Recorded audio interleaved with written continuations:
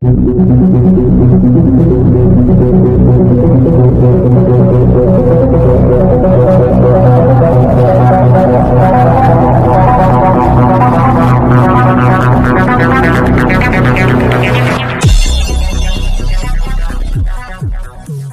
చేసుకుంది.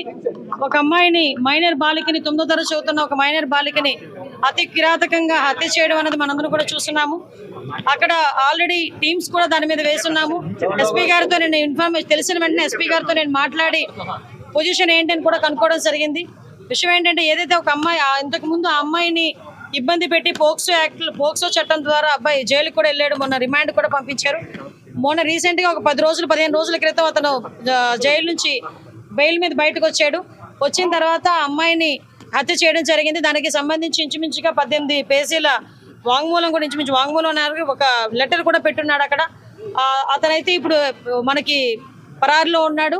ఎట్టి పరిస్థితుల్లోని కూడా పోలీస్ డిపార్ట్మెంట్ అంతా కూడా సుమారుగా 8-9 బృందాలు కూడా ఏర్పాటు చేయడం జరిగింది. అన్ని బృందాలు కూడా ఈరోజు అతనికి పట్టుకోవడానికి ప్రయత్నం కాదు, ఎట్టి పరిస్థితులు పట్టుకొని తీరుతాయి. ఎందుకంటే ఎవరు చట్టం ముందు ఎవరు కూడా తప్పించుకునే పరిస్థితికి లేదు. డెఫినెట్గా ఎవడైతే హత్య చేశాడో అతన్ని ఇమీడియట్గా మేము పట్టుకునే ప్రయత్నం కాదు, పట్టుకొని తీరుతాం. డిపార్ట్మెంట్ వాళ్ళకి కూడా చాలా క్లియర్ ఇన్స్ట్రక్షన్స్ వెళ్ళి చంద్రబాబు నాయుడు గారు, లోకేష్ బాబు గారు, పవన్ కళ్యాణ్ గారు కూడా దీని మీద ఆరా తీయడం జరిగింది, నాతో మాట్లాడడం జరిగింది. డెఫినెట్గా ఎట్టి పరిస్థితుల్లోని నిందితుడు ఎవరైతే ఉన్నాడో అతి తొందరగా వీలైతే ఈ రోజు రేపట్లోనే నిందితుడిని పట్టుకొని అరెస్ట్ చేసే పరిస్థితి కొన్నిసార్లు వెనక పడుతున్నారని చెప్పేసి ఫిర్యాదు చేయడం జరిగింది. అయినా సరే పట్టించుకోలేదు. లేదమ్మా, కంపల్సరీగా నిజంగా అదే కనుక జరిగితే, నిజంగా అమ్మాయి దగ్గర నుంచి కంప్లైంట్ వెళ్ళి ఆ పోలీసులు కనుక పట్టించుకోలేదన్న సంగతి తెలిస్తే డెఫినెట్గా ఏ పోలీస్ అయితే ఆ పోలీస్ మీద చర్యలు తీసుకుంటాం. అందులో అక్కడెక్కడ కూడా బ్యాక్ స్టెప్ వేసే పరిస్థితి లేదు. కానీ మాకు వచ్చిన ఇన్ఫర్మేషన్ ఏంటంటే అటువంటి పరిస్థితి ఏమీ లేదు. చాలా ఆఫ్ సడన్ వచ్చి అతను హత్య చేసి వెళ్ళాడు అన్నది మాకు వచ్చిన ఇన్ఫర్మేషన్. లేదమ్మా, నిజంగానే వాళ్ళ బ్రదర్ కూడా చాలా ఇనిషియేషన్ తీసుకున్నాడు. ఇంతకు ముందు కూడా తను బెంగళూరులో పనిచేసేవాడు. ఇనిషియేషన్ తీసుకుని ఈ అబ్బాయి ఇంచుమించి 26 సంవత్సరాలు, ఆ అమ్మాయిది చూస్తే 13 సంవత్సరాల వయసు. అవతల నిందితుడు ఎవరైతే ఉన్నాడో ఆ అబ్బాయిది కూడా 26-27 సంవత్సరాల వయసు. సో ఈ సిచ్యువేషన్స్లోనే వాళ్ళ అన్నయ్యకి చాలా సేఫ్ గార్డ్ చేశాడు. కానీ దురదృష్టంతో అమ్మాయిని కాపాడుకోలేకపోయారు. కానీ ఎట్టి పరిస్థితుల్లో నిందితుని అయితే డెఫినెట్గా పట్టుకున్నాం. కంపల్సరీగా చంద్రబాబు నాయుడు గారితో మాట్లాడతాం. ఎటువంటి పరిస్థితుల్లో అమ్మాయి చిన్నపిల్ల, మైనర్ బాలిక, ఆ అమ్మాయికి ప్రభుత్వం నుంచి అందాల్సిన సహాయ సహకారాలన్నీ కూడా అందిస్తాం మా కుటుంబానికి.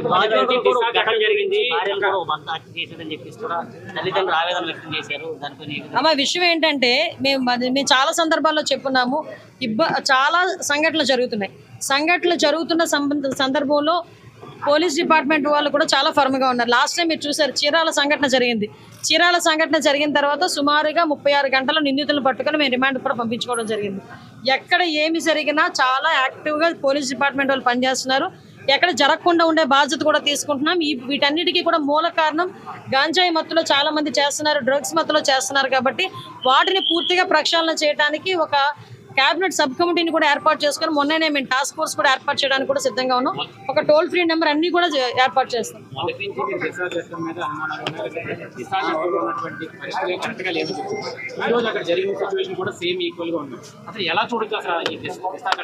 దిశ చట్టమే లేదండి. చట్టం లేని దాని గురించి మీరు మాట్లాడుకోవడం అనవసరం.